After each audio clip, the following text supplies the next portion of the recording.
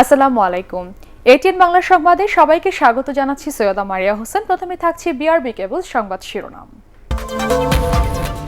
প্রথমবারের মতো জাতীয় দিবস হিসেবে কাল সারা দেশে উদযাপিত হতে যাচ্ছে ঐতিহাসিক ৭ মার্চ।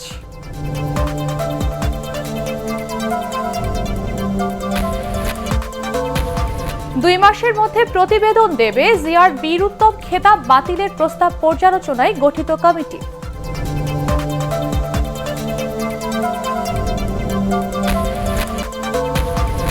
এবং কমনওয়েলথের অনুপ্রেরণাদায়ী শীর্ষ ৩ মহিলা নেতার অন্যতম প্রধানমন্ত্রী শেখ হাসিনা।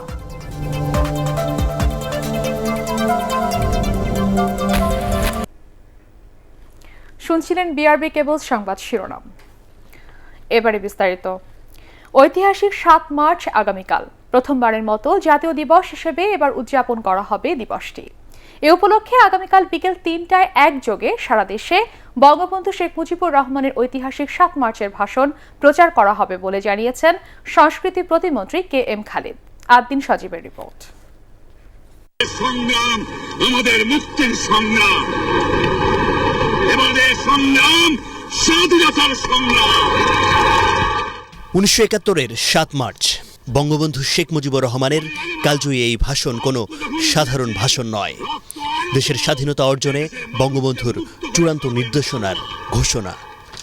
আমরা পাকিস্তানের সংখ্যাগুরু, আমরা বাঙালিরা যখনই ক্ষমতায় যাওয়ার চেষ্টা করেছি, যখনই এদেশের মালিক হওয়ার চেষ্টা করেছি, তখনই তারা আমাদের উপরে ঝাঁপিয়ে পড়েছেন। ৭১-এর এই দিনে ঢাকার তৎকালীন রেসকোর্স ময়দানে বিকেলে ভাষণ দেন বঙ্গবন্ধু শেখ মুজিবুর রহমান। এ ভাষণের স্থায়িত্ব ছিল ১৮ মিনিট, ছিল বাঙালিদেরকে স্বাধীনতা সংগ্রামের জন্য প্রস্তুত হওয়ার আহ্বান। স্বাধীনতার সুবর্ণ জয়ন্তীর ঠিক আগ মুহূর্তে ৭ মার্চের ঐতিহাসিক সেই ভাষণ একই সময়ে প্রচার করা হবে সারা দেশে। কেন্দ্রীয় অনুষ্ঠানটি বাংলাদেশ টেলিভিশন ও বাংলাদেশ বেতার সহ সকল সরকারি বেসরকারি টিভি চ্যানেল এবং বাংলাদেশ টেলিভিশনের অনলাইন প্ল্যাটফর্মসমূহে একযোগে সরাসরি সম্প্রচার করা হবে। বঙ্গবন্ধু ঠিক যেই সময়টা ভাষণটা দিয়েছেন সেই ওই সময়টিতে প্রচার করা হবে, ওইটাই নির্দেশের সময়, ওই ৩টা 18-20 মিনিটের দিকে। একই সাথে স্বাস্থ্যবিধি মেনে সব শিক্ষা প্রতিষ্ঠানকে দিবসটি উদযাপনের আহ্বান জানানো হয়। কোভিড-19 পরিস্থিতিতে যথাযথ স্বাস্থ্যবিধি মেনে যথাযোগ্য মর্যাদায় দিবসটি পালনের লক্ষ্যে জাতীয় কর্মসূচির সাথে সঙ্গতি রেখে দেশের সকল শিক্ষা প্রতিষ্ঠান ছাত্রছাত্রীদের স্বাস্থ্য সুরক্ষায় শূন্য ঝুঁকি নিশ্চিত করে স্ব কর্মসূচি প্রণয়নপূর্বক দিবসটি উদযাপনের ব্যবস্থা করবে এবং অনুষ্ঠান আয়োজন করবে। এছাড়া জেলা উপজেলা প্রশাসনকে যুক্ত থাকারও আহ্বান জানিয়েছেন প্রতিমন্ত্রী। আদ্দিন সজীব, এটিএন বাংলা, ঢাকা। বিএনপির প্রতিষ্ঠাতা জিয়াউর রহমানের বীর উত্তম খেতাব বাতিলের প্রস্তাব পর্যালোচনায় গঠিত কমিটি আগামী 2 মাসের মধ্যে প্রতিবেদন জমা দেবে বলে জানিয়েছেন মুক্তিযুদ্ধ বিষয়ক মন্ত্রী আকামা মোজাম্মেল হক। তারপর এ বিষয়ে সিদ্ধান্ত নেওয়া হবে। জাতীয় প্রেস ক্লাবে আলোচনার সভায় তিনি বলেন, বঙ্গবন্ধু হত্যাকাণ্ডের সাথে জিয়াউর রহমানের জড়িত থাকার প্রমাণ পাওয়া গেলে কঠোর আইনি ব্যবস্থা নেওয়া হবে।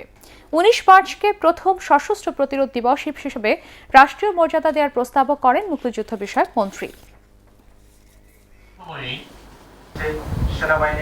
জিয়াউর রহমানও বঙ্গবন্ধুর সাথে খুনের জড়িত ছিল। অনেকে অনেক উদাহরণ দিয়েছে, তথ্য দিয়েছে যে এই কারণে তিনি যে খুনি, এটা প্রমাণ করে অনেকগুলো কারণ। রিপোর্ট পাওয়ার পর কমিটিতে আলোচনা হবে, আলোচনা চলছে, আলোচনা করে পরবর্তীকালে বলা হবে। ৭ মার্চ সহ বিভিন্ন নামে বিএনপির কর্মসূচি পালন রাজনৈতিক ভণ্ডামি ও ইতিহাস বিকৃতি ছাড়া আর কিছুই নয় বলে মন্তব্য করেছেন আওয়ামী লীগ সাধারণ সম্পাদক ওবায়দুল কাদের। ষড়যন্ত্রের পথ পরিহার করে বিএনপিকে মানুষের জন্য রাজনীতি করার আহ্বান জানান তিনি। ৭ মার্চ পালন উপলক্ষে রাজধানীর বঙ্গবন্ধু এভিনিউয়ে দলের কেন্দ্রীয় কার্যালয়ে ঢাকা মহানগর উত্তর ও দক্ষিণ আওয়ামী লীগের যৌথ বর্ধিত সভায় তিনি এসব কথা বলেন। ভোটের মাঠে বিএনপি জনগণের সাড়া না পাওয়ায় ইউনিয়ন পরিষদ নির্বাচন থেকে সরে দাঁড়াচ্ছে বলেও মন্তব্য করেন ওবায়দুল কাদের। ৭ই মার্চ পালন করছে, আবার আরেকদিকে বলছে একটি ভাষণ স্বাধীনতা এনে দেন।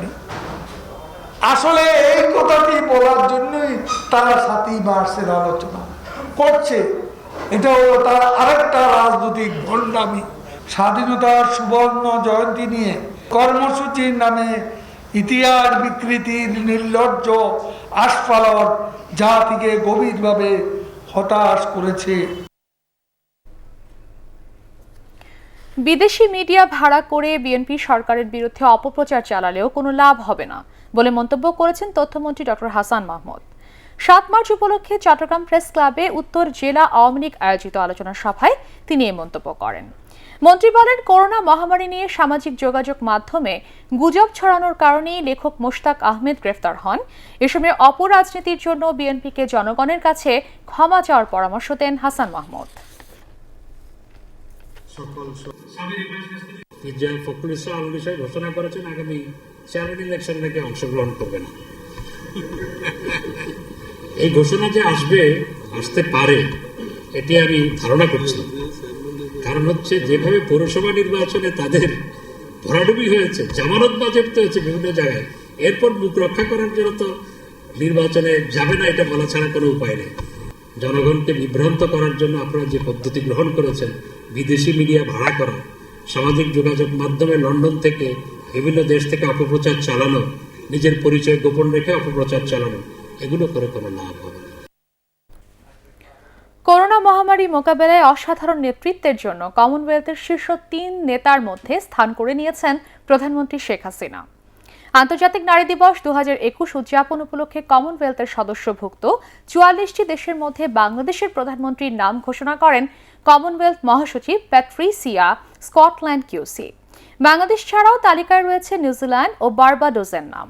প্যাট্রিসিয়া স্কটল্যান্ড কিউসি বলেন, করোনা মোকাবেলায় নেতৃত্ব দিয়ে প্রধানমন্ত্রী শেখ হাসিনা যেভাবে উদাহরণ সৃষ্টি করেছেন তার স্বীকৃতি হিসেবেই তার নাম শীর্ষ 3-এ রাখা হয়েছে।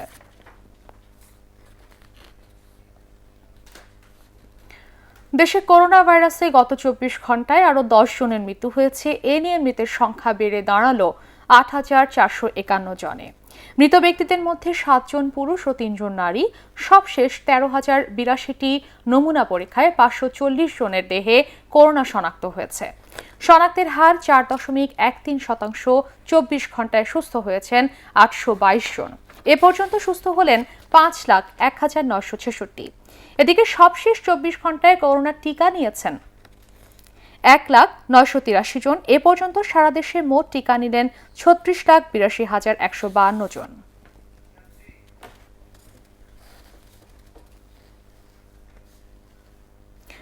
তৈরি পোশাক শিল্পে কর্মসংস্থান হয় কর্মক্ষম 68% মানুষের। পোশাক কর্মীদের আর্থ-সামাজিক অবস্থা নিয়ে বিজিএমইএ ও এশিয়ান সেন্টার ফর ডেভেলপমেন্টের গবেষণায় এ তথ্য উঠে এসেছে। ভার্চুয়ালি ফলাফল প্রকাশ অনুষ্ঠানে জানানো হয়, পোশাক কর্মীদের গড় মাসিক আয় 11,320 টাকা। মাসিক ব্যয় শেষেও তাদের সঞ্চয় থাকে প্রায় 4,500 টাকা। পোশাক কর্মীদের 67% ব্যাংক অ্যাকাউন্ট থাকলেও অর্থ লেনদেনে 82%ই মোবাইল ব্যাংকিং সেবা ব্যবহার করেন। বাসা ভাড়ার পাশাপাশি পোশাক কর্মীদের ইন্টারনেট ব্যবহারের হার বাড়ছে বলে প্রতিবেদনে উঠে এসেছে। 160টি কারখানার 1,100 কর্মীর ওপর এই গবেষণা কার্যক্রম চালানো হয়। We need to collectively mount pressure on the Western buyers who don't pay us even 1 cent extra. In spite of the pandemic, as much as we suffered, also for the last just September to December, we've had a price fall of 4.78%. Buyers and the brands to help us so that we are preparing an exhaustive action plan, which I think it will be very challenging for us to implement. So we need your cooperation. হয়রানি কমাতে অনলাইনে রাজস্ব আদায়ের উপর জোর দিচ্ছে NBR. Rangpur বিভাগের ব্যবসায়ী নেতাদের সাথে প্রাক বাজেট আলোচনায় এ কথা জানান এনবিআর চেয়ারম্যান আবু হেনা মোহাম্মদ রাহমাতুল মুনিম। তিনি বলেন, রংপুর অঞ্চলে শিল্প কারখানা স্থাপনের সুবিধার জন্য ভারতের আসাম থেকে তেল আমদানি, বিদ্যুৎ কেন্দ্র স্থাপন ও 6 লেনের রাস্তা নির্মাণ সহ উন্নত যোগাযোগ ব্যবস্থা নিশ্চিতে কাজ করছে সরকার। এ সময় দেশের কর নীতি ও রাজস্ব প্রদানে নানা সমস্যা তুলে ধরেন ব্যবসায়ীরা। এই হয়রানির বিষয়টি আসে দীর্ঘদিনের অভ্যাস থেকে। আমরা সেই জায়গাটি বন্ধ করার জন্য অটোমেশনে আসতে চাই। অটোমেশন মানেই হলো যে দেখা সাক্ষাৎ হবে না পক্ষদের মধ্যে, কাগজপত্র দিবেন, ডকুমেন্ট দিবেন, হিসাব নিকাশ দিবেন, অটোমেটিক আপনার ট্যাক্স কালেকশন হবে, অটোমেটিক ট্যাক্সের হিসাব হবে। সিরাজগঞ্জে আবারও ঘটেছে শিশু চুরির ঘটনা। দুপুরে জেলার কামারখন্দ উপজেলার রায় দৌলতপুর ইউনিয়নের বারাকান্দি এলাকার একটি বাড়ি থেকে শিশুটি চুরি হয়। মাত্র 23 দিন বয়সী শিশুটি শহীদুল ইসলাম ও ফরিদা দম্পতির সন্তান। শিশুর মা জানান, সকালে সন্তানকে ঘুম পাড়িয়ে ঘরের বাইরে যান তিনি। একটু পরে ফিরে এসে দেখেন শিশুটি নিখোঁজ। এরপর খোঁজাখুঁজির এক পর্যায়ে স্থানীয়রা জানান, কালো বোরকা পরা এক মহিলা একটি শিশু কোলে নিয়ে কর্ণসূতি এলাকার দিকে যাচ্ছিলেন। পরে বিষয়টি থানায় জানায় পরিবার। কামারখন্দ থানার ওসি KM রাকিবুল হুদা জানান, শিশুটিকে উদ্ধারে অভিযান চলছে। এর আগে গত 23 ও 27 ফেব্রুয়ারি সিরাজগঞ্জ থেকে আরও 2 শিশু চুরির ঘটনা ঘটে। আমি কইলাম যে বাচ্চা কোনে কয় যে মনে করছে যে বেড়াই বাড়ি নেয়, তাহলে যায় বাড়ি বাড়ি খুঁজতেছে পাই না, পাড়ার মানুষ কইছে কয় নাই না, আবার বেড়ে কইতেছে কর্মশীল মধ্যে আসতেছে আর কইতেছে জানি নিয়ে গেছে। খুব খারাপ লাগতেছে আর কি। প্রতিবেশী হিসেবে আমি যখন শুনছি একটু দেরি করিনি, তখন সঙ্গে সঙ্গে এসে আমার মাথায় কাজ করতে না পারে, পরে আমি থানায় চলে গেছি। তদন্ত করছি, জিজ্ঞাসাবাদ করছি যে আসলে বাচ্চাটা কোথায় গেল, কি অবস্থা। তো অনেকে অনেক রকম বলছে, প্রত্যক্ষদর্শী কোনো সাক্ষী এখনো পাই নাই। যশোরে উদীচী শিল্পী গোষ্ঠীর ওপর হামলার 22 বছর আজ। 1999 সালের এই দিনে জেলা টাউন হল ময়দানে উদীচী শিল্পী গোষ্ঠীর দ্বাদশ সম্মেলনের শেষ দিনে রাত 1টার দিকে মঞ্চের পেছনে ভয়াবহ 2টি বোমা বিস্ফোরণ ঘটে। এতে নিহত হন 10 জন, আহত হন 200-রও বেশি। আহতদের মধ্যে পঙ্গুত্ব বরণ করতে হয়েছে অনেককে। কিন্তু দীর্ঘ 22 বছরেও এই হামলার বিচার না হয় হতাশ যশোরের সাংস্কৃতিক কর্মীরা। পাকিস্তান যে বর্বরতা হামলা কেউ হার মানিয়েছিল, আমি এর সঠিক বিচার চাই। 22 বছরেও এত বড় একটা জঘন্য হত্যাকাণ্ডের কোনো সুষ্ঠু তদন্তই হলো না এবং কোনো বিচারও আজও হয়নি। আমাদেরও আক্ষেপ যে আওয়ামী লীগ সরকারের সময় এই বর্বরোচিত বোমা হামলা হলো, তার কিন্তু আজও বিচার হলো না, এতদিন ধরে আওয়ামী লীগ সরকার ক্ষমতায় থাকা সত্ত্বেও। ফেরি স্বল্পতার কারণে দৌলদিয়া পাটুরিয়া রুটে চরম ভোগান্তিতে পড়ছেন যাত্রীরা। কয়েকদিন ধরেই বড় 2টি ফেরি বিকল এবং অন্য 2টি ফেরি আরিচা কাজিরহাট রুটে চলাচল করায় এই ঘাটে ফেরি স্বল্পতা দেখা দিয়েছে। সকাল থেকে ঘাটের দুপাশে পারাপারের অপেক্ষায় রয়েছে কয়েকশো বাস ও পণ্যবাহী ট্রাক। অগ্রাধিকার ভিত্তিতে যাত্রীবাহী বাস পার করায় পরিবহন ট্রাকগুলোর কারণে ঘাট এলাকায় দীর্ঘ যানজট তৈরি হয়েছে।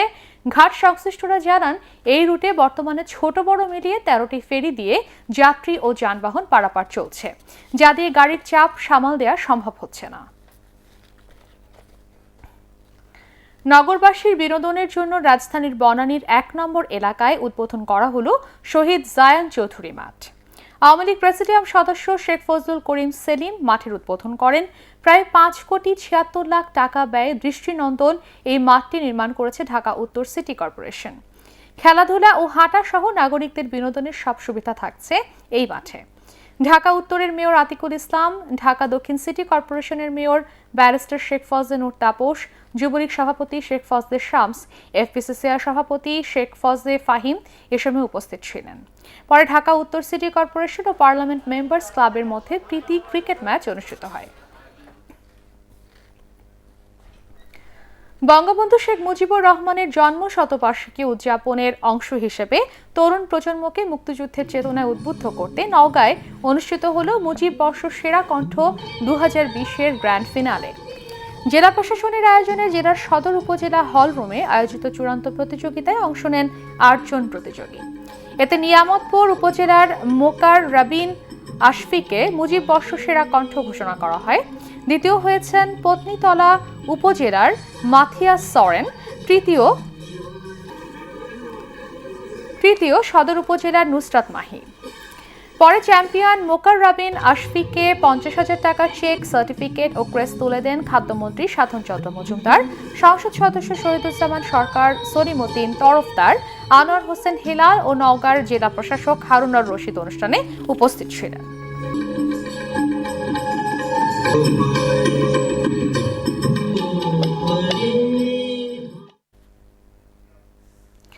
আল আরাফা ইসলামী ব্যাংক অর্থ সংবাদ।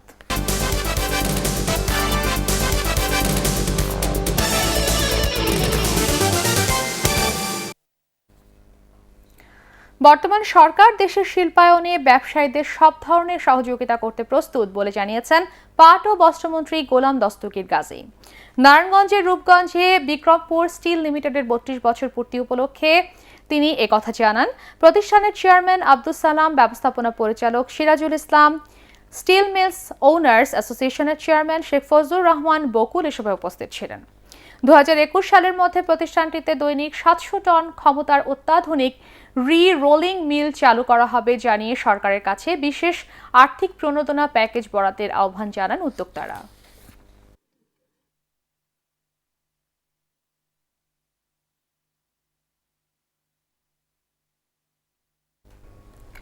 আন্তর্জাতিক সংবাদ।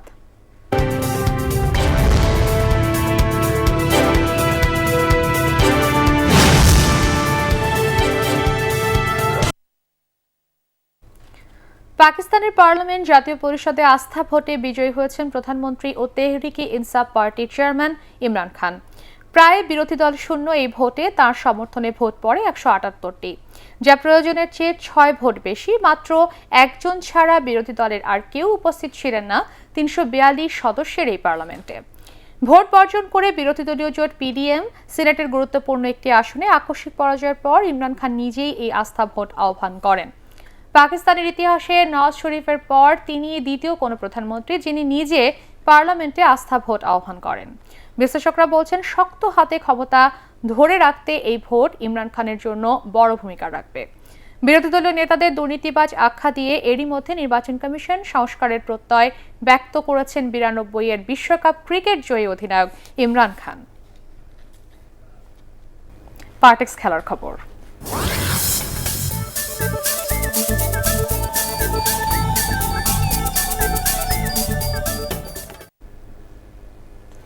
নিউজিল্যান্ডে পরিবেশের সাথে মানিয়ে নেওয়াই বাংলাদেশের জন্য বড় চ্যালেঞ্জ ছিল বলে মনে করেন বিসিবির নির্বাচক হাবিবুল বাশার সুমন। তবে তিনি এও বলেন, নিউজিল্যান্ডের সব জায়গার উইকেট প্রায় একই রকম, তাই কন্ডিশনের সাথে খাপ খাওয়াতে পারাটাই বাংলাদেশের জন্য ভালোই হয়েছে। আর প্রথম দিকের কোয়ারেন্টিনে থাকা দিনগুলো ক্রিকেটারদের জন্য অনেক কষ্টের ছিল। হাবিবুল বাশার জানান, 14 দিন পর দলের জন্য আবার সবকিছু স্বাভাবিক হয়ে যাবে। এখন প্র্যাকটিসের সুযোগ পাচ্ছি। নিউজিল্যান্ডে একটা খুব ভালো দিক, এখন কিন্তু আমরা যখনই যে সিরিজ খেলি মোটামুটি পুরো সিরিজের সময়টুকু মোর দেন এ মান্থ আমাদের কিন্তু বাবলের মধ্যে থাকতে হচ্ছে। এই সময়টা কিন্তু আমরা কখনো কোথাও যেতেও পারি না, ফ্যামিলি আসতে পারে না, তো সেটা বরং অনেক কঠিন। এখানে একটা অনেক বড় সুবিধা, এই 14 দিন পরে কিন্তু আমরা মুক্ত, আমরা স্বাধীনভাবে ঘুরে বেড়াতে পারবো, যে কোনো জায়গায় যেতে পারবো এবং সময়টা খেলার বাইরের সময়টুকু অনেক ভালোভাবে এনজয় করতে পারবো। রোড সেফটি বিশ্ব সিরিজের প্রথম ম্যাচে বাংলাদেশ লিজেন্ডসকে 10 উইকেটে হারিয়েছে ভারতীয় লিজেন্ডস। রায়পুরে আগে ব্যাট করে উদ্বোধনী জুটিতে 59 রান যোগ করে বাংলাদেশকে ভালো সূচনা এনে দেন দুই ওপেনার নাজিমউদ্দিন এবং জাভেদ ওমর বেলিম। 33 বলে 49 রান করে নাজিমউদ্দিন আউট হওয়ার পর আর কোনো ব্যাটসম্যান বড় ইনিংস খেলতে পারেনি। এতে মাত্র 109 রানে গুটিয়ে যায় মোহাম্মদ রফিকের দল। জবাবে বীরেন্দ্র সেহবাগের 35 বলে 80 আর সচিন টেন্ডুলকারের 33 রানের অপরাজিত ইনিংসে 10 ওভারেই ম্যাচ জিতে নেয় ভারতীয় লিজেন্ডস। বঙ্গবন্ধু নবম বাংলাদেশ গেমসে মহিলা ক্রিকেটের প্রথম ম্যাচে লাল দলকে 10 উইকেটে হারিয়েছে নীল দল। সিলেট আন্তর্জাতিক ক্রিকেট স্টেডিয়ামে আগে ব্যাট করে তৃষ্ণা ও সালমার বোলিংয়ে দাঁড়াতেই পারেনি লাল দল। মাত্র 63 রানে গুটিয়ে যায় তারা। 21 রান করেন জিন্নাত আরশিয়া অর্থী। নীল দলের ফারিহা ইসলাম তৃষ্ণা 14 রানে 6 উইকেট নেন। মাত্র 64 রানের লক্ষ্যে শুরু থেকেই দারুণ ব্যাটিং করেন নীল দলের দুই ওপেনার মুর্শিদা খাতুন ও শামিমা সুলতানা। কোনো উইকেট না হারিয়ে 15 ওভার 5 বলেই জয় পায় সালমা খাতুনের দল। শামিমা 31 রানে আর মুর্শিদা 25 রানে অপরাজিত থাকেন। চতুর্থ টেস্টে ইংল্যান্ডকে ইনিংস ও 25 রানে হারিয়ে 3-1 সিরিজ জিতেছে ভারত। একই সাথে আগামী জুনে বিশ্ব টেস্ট চ্যাম্পিয়নশিপের ফাইনালও নিশ্চিত করেছে বিরাট কোহলির দল। আহমেদাবাদে তৃতীয় দিনে দ্বিতীয় ইনিংসে মাত্র 135 রানেই গুটিয়ে যায় সফরকারীরা। রবিচন্দ্রন অশ্বিন আর অক্ষর প্যাটেল 5টি করে উইকেট নিয়ে ধস নামান ইংল্যান্ডের ব্যাটিং অর্ডার। এর আগে 7 উইকেটে 294 রান নিয়ে খেলতে নেমে প্রথম ইনিংসে 365 রান তোলে ভারত। 96 রানে অপরাজিত থাকেন ওয়াশিংটন সুন্দর। প্রথম ইনিংসে ইংল্যান্ডের রান ছিল 205, ম্যাচ সেরা হন ঋষভ পান্ত, সিরিজ সেরা হয়েছেন রবিচন্দ্রন অশ্বিন। অ্যান্টিগায় দ্বিতীয় টি-20তে ওয়েস্ট ইন্ডিজকে 43 রানে হারিয়ে সিরিজের সমতা এনেছে শ্রীলঙ্কা। টস জিতে আগে ব্যাট করতে নেমে উদ্বোধনী জুটিতে শ্রীলঙ্কার হয়ে 95 রান যোগ করেন গুনা থিলাকা এবং পাথুম নিশাকা। 56 রান করে আউট হন গুনা থিলাকা। এরপর আর কোনো ব্যাটসম্যান বড় স্কোর করতে না পারায় 6 উইকেট 160 রানে থামে সফরকারীদের ইনিংস। জবাবে 48 রানের মধ্যে 3 উইকেট হারায় ক্যারিবীয়রা। সেখান থেকে আর ঘুরে দাঁড়াতে পারেনি তারা। 8 বল বাকি থাকতে 117 রানই গুটিয়ে যায় স্বাগতিকরা। 3টি করে উইকেট নেন হাসারাঙ্গা ডি সিলভা এবং লক্ষণ সান্দাকান।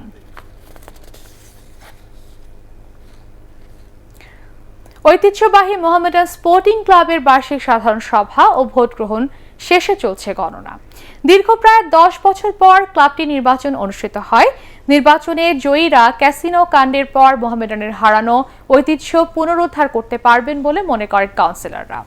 দুপুর 2টা থেকে সন্ধ্যা 6টা পর্যন্ত 337 জন স্থায়ী সদস্যের মধ্যে 239 জন ভোটাধিকার প্রয়োগ করেন। সভাপতি হিসেবে বিনা প্রতিদ্বন্দ্বিতায় আগে নির্বাচিত হয়েছেন সাবেক সেনাবাহিনী প্রধান জেনারেল আব্দুল মুবিন।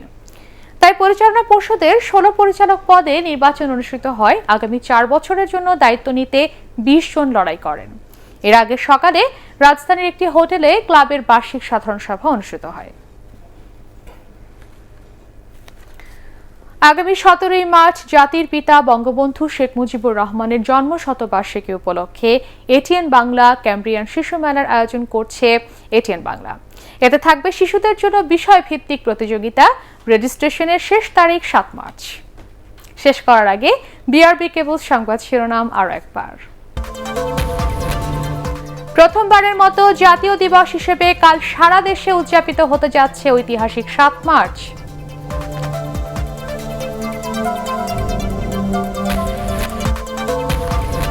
দুই মাসের মধ্যে প্রতিবেদন দেবে জিয়ার বীরুত্তম খেতাব বাতিলের প্রস্তাব পর্যালোচনায় গঠিত কমিটি।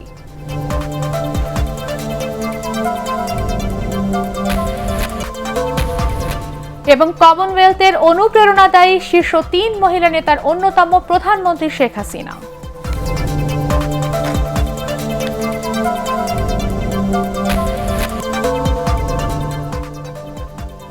পরবর্তী সংবাদ দেখার আমন্ত্রণ জানিয়ে এখনকার মতো শেষ করছি। করোনা ভাইরাস থেকে নিজেকে সুরক্ষিত রাখতে মাস্ক পরুন, বারবার হাত পরিষ্কার করুন। এটিএন বাংলা সংবাদ ইউটিউবে দেখতে ব্রাউজ করুন youtube/এটিএন বাংলা নিউজ। ধন্যবাদ সবাইকে।